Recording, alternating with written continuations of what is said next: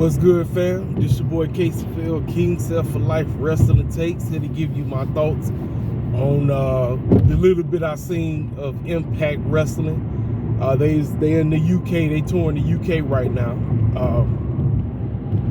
Apparently Turning Point is tonight.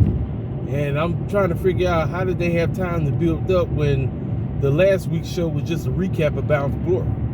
You see, that's what I hate about promotions. Having back-to-back pay-per-views, it don't work. I don't care how you look at it. It will never work. The E tried it, failed. AEW, they always tried, they failed. And now Impact, aka TNA, who I'm very excited for because they rebranded back to what they was originally called. How do you get invested in 1 week? How? It's hard. It's difficult.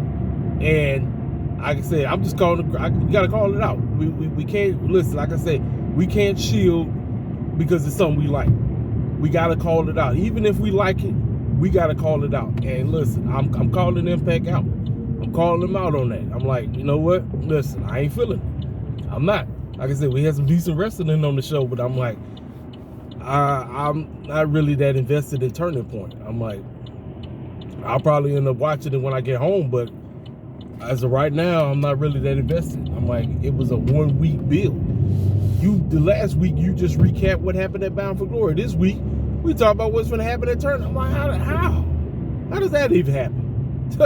How the heck does that even happen? But again, that's how wrestling promotions move, I guess. But it is what it is on there. So, but that's that. Like I said, we got some decent wrestling on the show, you know, but like I said, Scott D'Amore and them trying to get us invested in Turning Point, and I'm like, you know, it is what it is on that.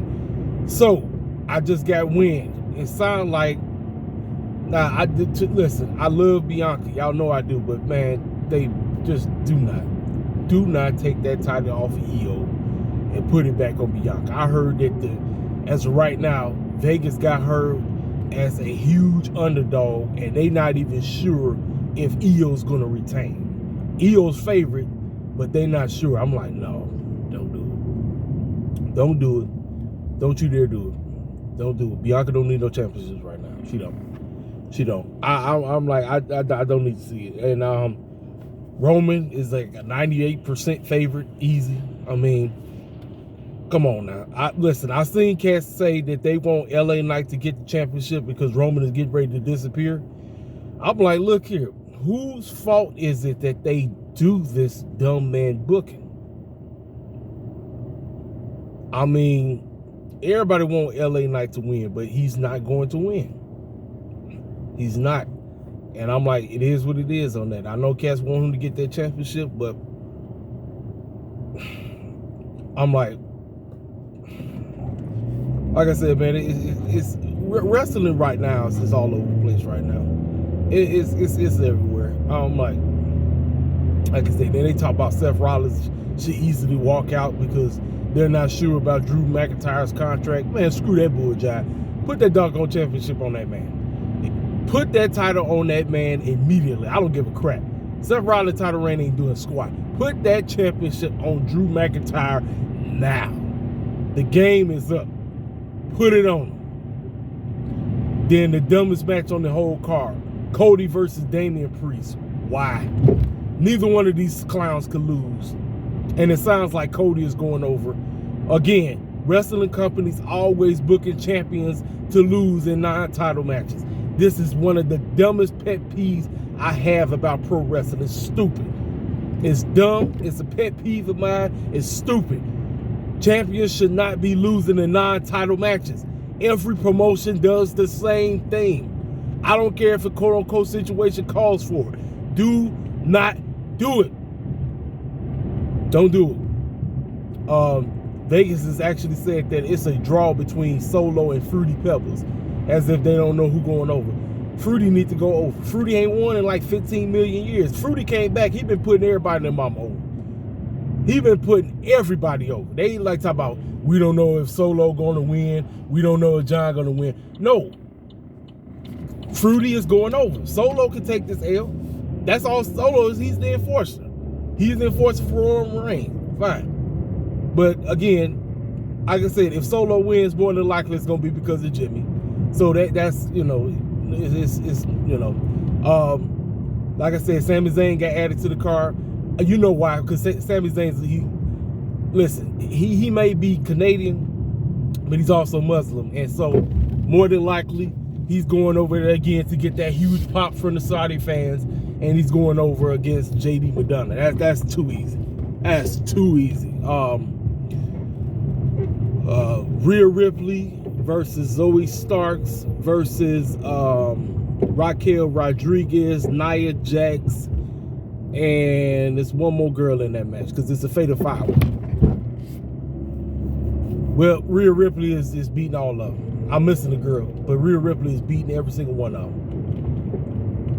She is Natasha. I forgot who was in there, but she's beating all four of the girls. It's no question. It's no question. She's going over easy as that. I think I went over everybody on the card. I might be missing somebody, but like I say, that's that. And then let's talk about it. It's garbage signing. Ric Flair has signed a multi-year deal with AEW to bring on his doggone garbage energy drink that don't nobody give a crap about. I'm like this, man. I'm literally like this. I just have no desire to see Ric Flair. I just don't. I'm sorry, man. For you Ric Flair heads that's going nuts and saying that this is a huge pickup, no, it's not. This is a terrible decision from Tony Khan's old circus clown behind. Terrible freaking decision. Terrible. I'm like, man, come on, bro. Come on. We don't need to see this clown. We don't need to see him. And he talked about, I could take a few bumps. Ain't nobody trying to see that circus clown in the ring. Nobody. I'm not trying to see that fool in the ring with his old white supremacist behind. Yeah. Y'all remember the plane ride from hell? Y'all remember that crap? Y'all remember what Teddy Long said about him? Y'all remember? That's why I say TK is getting real tone deaf as of late. He don't care anymore. Yeah, ratings might have went up. They might have went up from 774 to 832, but that ain't nothing. I told you. AEW should be averaging anywhere between 1.1 to 1.2 weekly. They should. But your product is trash right now. It's stale. You need, listen, outside of MJF and Christian Cage and Swerve, whatever Swerve is doing, that's it. That's it. Everybody else on the show is just there. It's like, man, what the clown are we doing? MJF, Swerve, and Christian Cage cannot carry your company by themselves. They can't. The three of them can't carry your company. That's why this whole situation about MJF, because word on the street is MJF, quote unquote, listen to what I'm saying. Listen to my words very carefully. They saying that he, quote unquote, has not signed yet. I think personally this is all part of the doggone bidding war 2024, whatever.